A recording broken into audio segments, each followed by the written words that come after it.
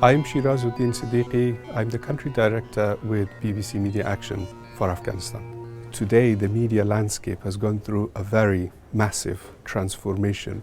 Afghans have access to a wide range of programs today in Afghanistan.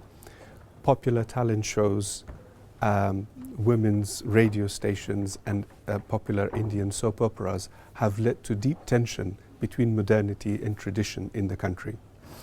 The open licensing regime in Afghanistan has opened the space for public debate and for some of the really difficult topics to be put in the public domain or to be discussed in the public domain.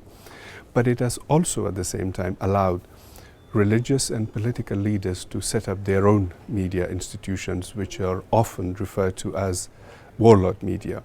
The partisan media in Afghanistan has been accused of provoking violent outbreaks and deepening ethnic divisions in the country. It's thanks to donors' investment that Afghanistan has got a large and vibrant media industry. But because of the small advertising revenue in the country, most of the media remains vulnerable.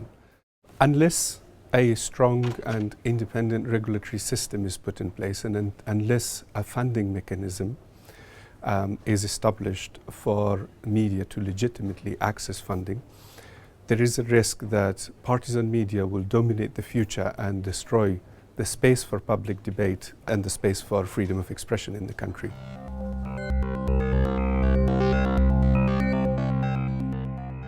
I'm Dr. Christopher Phillips. I'm lecturer in the International Relations of the Middle East at Queen Mary University of London, and I've also recently been appointed an Associate Fellow in Chatham House's Middle East and North Africa programme.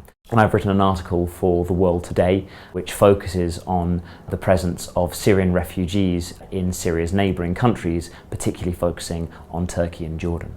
Based on field research that I conducted over the summer, it would seem that there is a bit of a generational divide among Syrian refugees living in both Turkey and Jordan.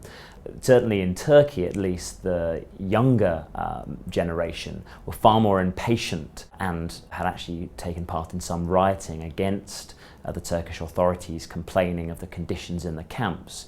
Yet older people that I spoke to were very dismissive of these rioters, calling them ungrateful and showing their own gratitude for the services provided by the Turkish government.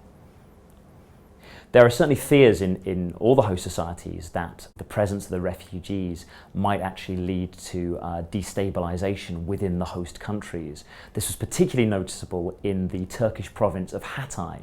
Now, this province, which has seen a large number of Syrian refugees, is home to Turkey's Alawi community, which is the same community as that of Syrian President Bashar al-Assad.